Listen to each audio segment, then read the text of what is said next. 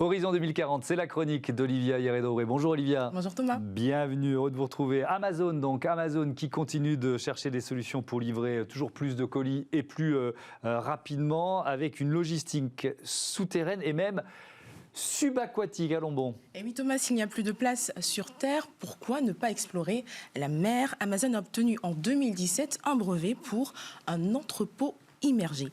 L'idée est d'entreposer sous l'eau des colis. Ils y seront placés par des tapis roulants ou par des drones qui les largueraient par parachute. Ensuite, ils sont censés couler jusqu'au fond de l'entrepôt sous l'eau. Les colis seront bien évidemment étanches, mais c'est mieux. Sinon, ça serait ballot quand même.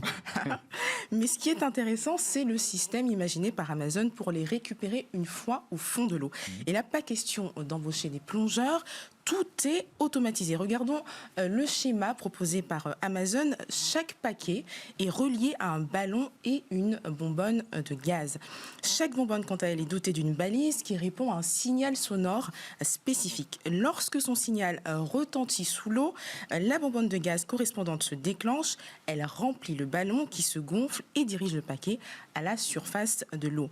De là, le colis peut être soit dirigé vers un entrepôt sur Terre ou des employés le réceptionneront, soit récupéré par des bateaux ou encore transporté par des drones. Et Amazon dit que cette technique peut aussi être transposée sur des lacs naturels ou même dans des piscines. Alors ça semble complètement surréaliste comme ça, mais quels sont les avantages potentiels de cette solution? Alors il y en a plusieurs. La réduction des frais de stockage principal poste donc de dépenses de ce type d'entreprise, des économies en termes de main-d'œuvre, et puis ce stockage sous-marin présente aussi l'avantage d'être exempté de loyer ou de taxes d'habitation. On va inventer la taxe d'habitation sous-marine. Amazon qui explore également l'idée d'entrepôts souterrains pour livrer directement, écoutez bien, les maisons des particuliers et les bâtiments des entreprises. Oui Thomas, c'est un autre brevet déposé en 2016 par Amazon. Le principe est simple, construire un énorme réseau souterrain de tunnels qui serait relié d'un côté aux maisons et de l'autre à l'un de ces entrepôts. Les colis seraient envoyés sous terre et arriveraient à destination sans retard dû au trafic. Et selon Amazon, cela permettra également de réduire le nombre de véhicules sur les routes. Surtout comment ces colis seraient acheminés? Parce que ça semble assez compliqué quand même. Alors, Amazon envisage justement plusieurs possibilités.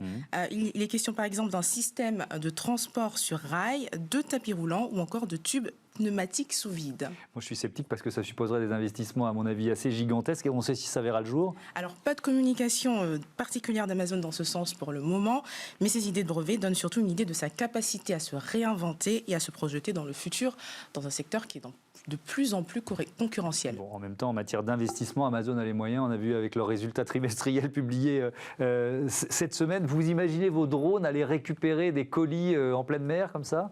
Oui. Pourquoi pas? Pourquoi pas?